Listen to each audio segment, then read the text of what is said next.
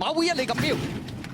好嚟一起步嘅時候啊，咁啊前面快閘嘅馬咧，外邊有合火奔馳啊搶上去咯喎，支離咗大概個零身位到啦。出閘唔係好快，63和平波走翻上嚟第二位啊，第三位外邊鴻運帝王啦，埋邊呢就智取神驅啊。捉完，跟住個第四紅衫嗰匹啊，響出邊仲有手機標靶，守住內欄第七係安宇啊，出邊白衫啊光年魅力啦，後邊嗰5匹馬啦，越進歡欣，咁啊粉紅衫就禪聖輝煌啊，尾三內欄係標之銀河啊，後邊2匹馬分別係陽光勇士同埋永遠美麗嚟嘅，開始轉香港體育學院彎咁滯嘅時候啊，前面一對放啊，埋邊呢就和平波啊走咗上嚟啦，響出邊呢仲有呢隻合火奔馳啊，守住第三位埋邊啊智取神驅。紅衫第四係竹園啊，再後邊嘅第5位，出邊有手機標靶，中間鴻運帝王埋邊第七，紅衫係安宇啊，後多層啊嘛，光年魅力啦，越進歡欣啦，尾四內欄啊，標之銀河啊，尾三外邊粉紅眼罩啊，禪星輝煌啊，尾二橙衫陽光勇士，